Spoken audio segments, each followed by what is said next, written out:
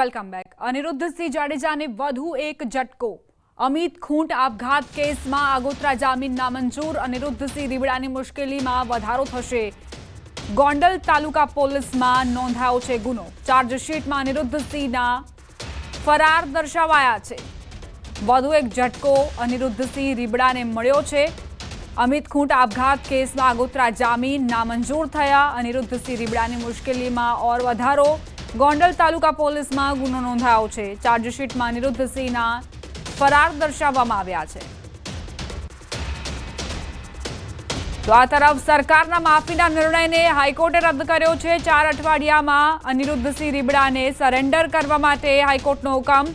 અનિરુદ્ધસિંહે દરરોજ હાજરી પુરાવી પડશે। પાસપોર્ટ પણ જમા કરાવવાનો રહેશે।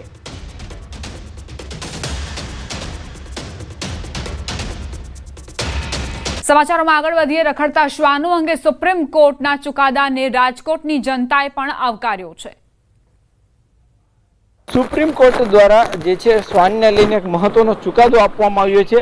હાલ આપણી સાથે રાજકોટના શ્વાન પ્રેમી છે, આપણે એમની સાથે પણ વાત કરવાનો પ્રયાસ કરીશું। સ્ટ્રીટ ડોગને ફૂડ આપવાનું હોય એ ફૂડ સારું હેલ્ધી આપવું અને એક વ્યવસ્થિત જગ્યા ગોતવી, જેથી કરીને જે જગ્યાએ આપતા હોય એ જગ્યાએ આપવું। આપણે પોતાને જ સમજવું જોશે કે એક સારી પ્લેસ ગોતીને એમાં જગ્યાએ કે કોઈને ડિસ્ટર્બન્સ ન થાય એ રીતે આપણે ફૂડ આપીએ, જેથી કરીને ડોગ બી પ્રોપર ખાઈ શકે અને બીજાને કોઈને પ્રોબ્લેમ બી ન થાય। જનરલી શ્વાનને રેબિસની વધારે આવશ્યકતા હોય છે અને બાકી એક વાયરલ ઇન્ફેક્શન હોય છે, એની પણ વેક્સિન અપાતી હોય છે। આપણે કોર્પોરેશનમાં એ વસ્તુ પોસિબલ છે જ અને એ લોકો કરે જ છે, વેક્સિન કરે જ છે રેબિસની।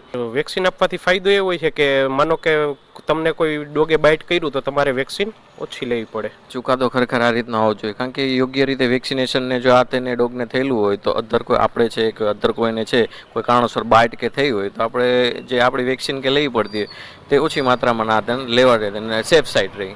જે રીતના રાજકોટના લોકો હતા, અલગ અલગ લોકો છે, તેમને એક જ વાત કરી છે કે સુપ્રીમ કોર્ટનો ચુકાદો છે તે આવકાર્ય છે। સાથે સાથે જે શ્વાનને અલગ અલગ ફૂડ આપતા હોય તો એવું ફૂડ આપવું જોઈએ કે જે તેમના જે છે તેમના સ્વાસ્થ્ય માટે પણ જે તેમને તકલીફ ન પડે, શ્વાન આક્રમક ન બને, યોગ્ય પેલેસ જગ્યા જોઈને જે છે એમને ફૂડ આપવું જોઈએ।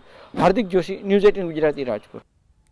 સુપ્રીમ કોર્ટે નિર્ણય લીધો છે કે શેલ્ટર હોમમાંથી જે શ્વાનો છે તેમને બહાર ખસેડવામાં આવશે, પરંતુ પહેલા વેક્સિનેશન કરવામાં આવશે અને ત્યારબાદ એ તમામ શ્વાનોને બહાર રાખવામાં આવશે। આ સિવાય તેમની માટે એક ફૂડ પોઈન્ટ પણ તૈયાર કરવામાં આવશે, જ્યાં જ શ્વાનોને જે ખાવા માટેની વસ્તુઓ છે, ભોજન છે, તે આપવામાં આવશે।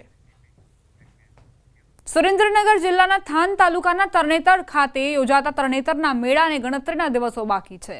આ મેળામાં ત્રિનેત્રેશ્વર મહાદેવના મંદિર પર વર્ષોથી ભાદરવા સુદ ચોથના દિવસે પાળિયાદના મહંતના હસ્તે 52 ગજની ધજાની પૂજા અર્ચના કરી ચડાવવામાં આવે છે। તો છેલ્લા 35 વર્ષથી દરજી પ્રફુલભાઈ સોલંકી અને તેમના પરિવાર દ્વારા આ 52 ગજની ધજા તૈયાર કરાઈ છે। પ્રફુલભાઈ સોલંકીના પુત્ર કેયુર સોલંકીએ 52 ગજની ધજા બનાવી। આ ધજામાં અંદાજે 1500થી વધુ ઓમની ડિઝાઇન બનાવી છે। તેની ફરતે વાદળી બોર્ડરમાં બિલીપત્રની સુંદર ડિઝાઇન રાખવામાં આવી છે। આ ધજા બનાવતા આ પરિવારને અંદાજે 25 દિવસ જેટલો સમય લાગ્યો છે। જગવિખ્યાત તરણેતરના મેળામાં અમે દર વર્ષે અલગ અલગ પેટર્નમાં ધજા બનાવી અમે પાળિયાદ મકામે અર્પણ કરીશું। આ 1990થી સળંગ અમારી આ 35મી ધજા છે। આ ધજામાં અમે દર વખતે ઓમ, હર હર મહાદેવ અને આ વખતેની ધજાની ડિઝાઇનમાં અમે આશરે 1500થી ઉપર ઓમની ડિઝાઇન કોમ્પ્યુટરમાં બનાવેલ છે અને ફરતી ડિઝાઇનમાં અમે બીલીપત્રની બોર્ડર આખી જાતે બનાવેલ છે।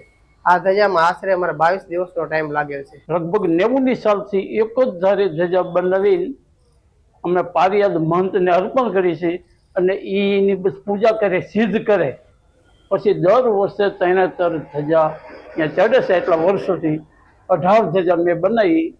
પછી આ ધજા છોકરો કહે કે હું બનાવું પપ્પા, તો મેં કીધું તો તું બનાય। એટલે 1990થી એક જ ધારી ધજા મેં બનાવી છે।